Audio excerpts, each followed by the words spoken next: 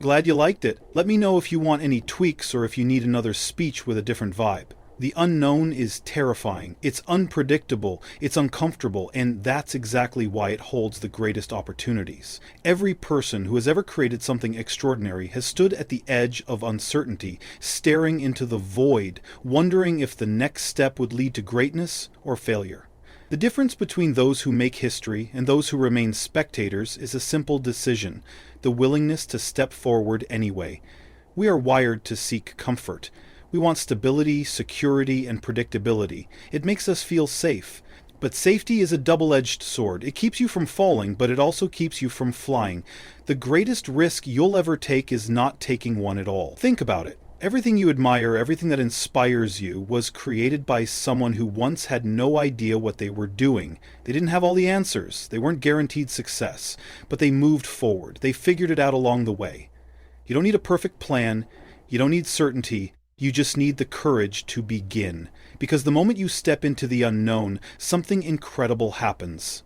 You grow, your mind expands, your perspective shifts, and suddenly the things you once feared seem small compared to the possibilities ahead. Fear will always be there. It whispers doubts in your ear, it tells you to turn back. But fear is just a signal. It's proof that you're about to do something that matters. The trick is not to eliminate fear, but to move forward despite it. To reframe it, to understand that fear and excitement are two sides of the same coin. The unknown is where breakthroughs happen.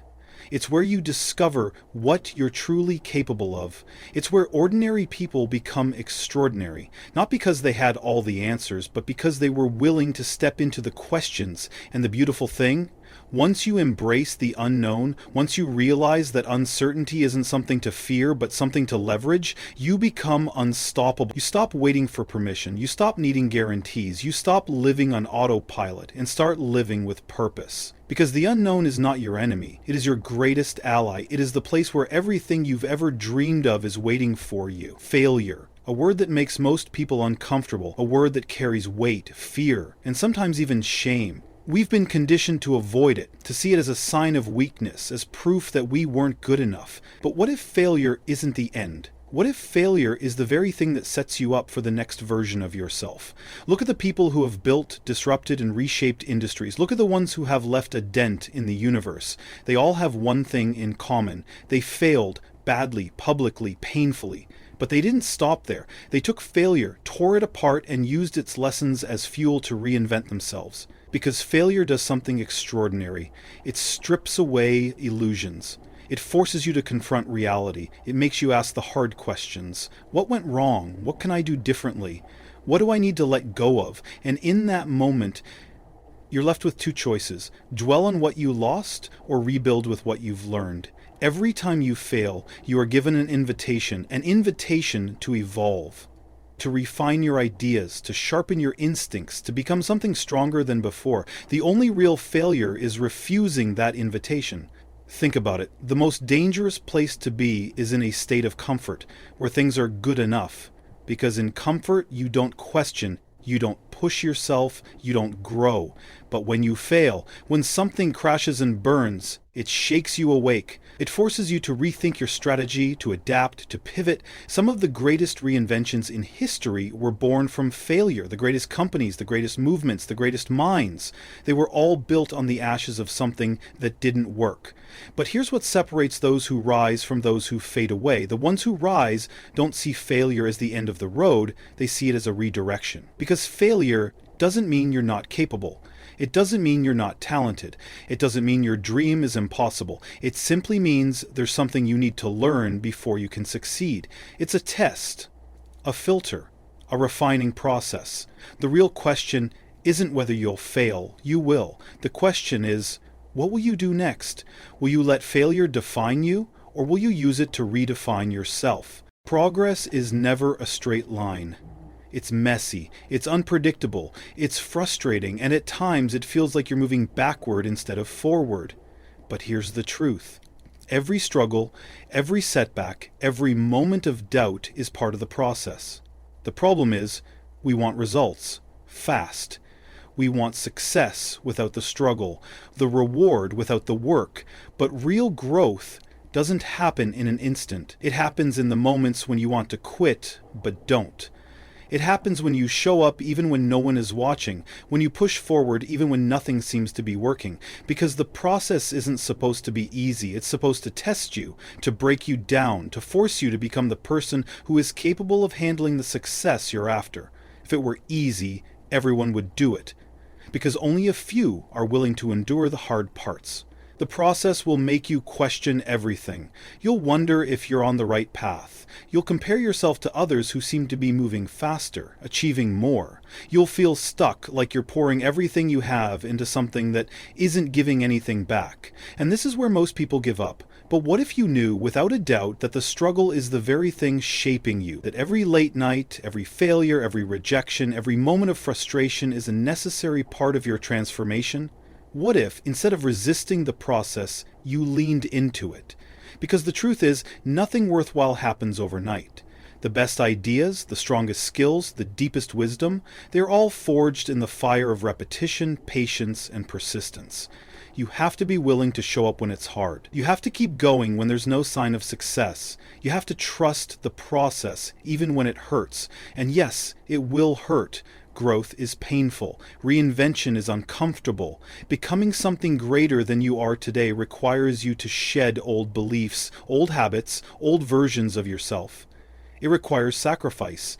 But in that sacrifice, in that discomfort, is the transformation you've been waiting for. The hardest part is that you won't always see the progress while it's happening. It's like planting a seed. You water it, you care for it, but for a long time, there's nothing, no visible sign that anything is happening. But underground, in the darkness, roots are forming, the foundation is being built, and then one day, seemingly out of nowhere, the breakthrough comes. But it wasn't out of nowhere.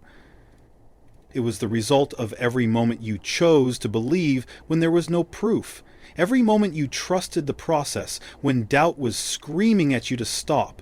Every moment you decided to keep going instead of giving in, because the process is never wrong. It doesn't cheat you, it doesn't skip steps, it gives back exactly what you put in. The only question is, are you willing to endure the hard parts long enough to see the rewards? The world has never been changed by people who played it safe. It has never been shaped by those who followed the rules without question, who stayed inside the lines, who chose comfort over courage. The world belongs to the creators, the ones who dare to think differently, the ones who refuse to conform. But conformity is easy. It's rewarded. From the moment we enter school, we are taught to follow instructions, to color inside the lines, to do things the way they've always been done. The system is designed to create workers, not innovators. It trains people to fit into pre-existing molds rather than to break them and build something better. And if you're not careful, it happens without you even realizing it. You settle into routines, you follow trends, you do what's expected of you, and slowly, without even noticing, you start becoming just another version of everyone else. But here's the thing, the people you admire, the ones who inspire you, they didn't get there by doing what everyone else was doing. They got there because they refused to conform. They created, they questioned, they challenged. They saw a world that could be better, a system that could be reimagined, a product that could be redesigned, and they built it. They didn't ask for permission. They didn't wait for approval. They simply made things happen. And that's the difference between those who shape the future and those who are shaped by it. The ones who create don't wait to be told what's possible, they define what's possible.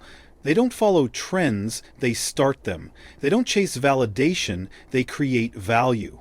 But here's the hard part. Creating is risky.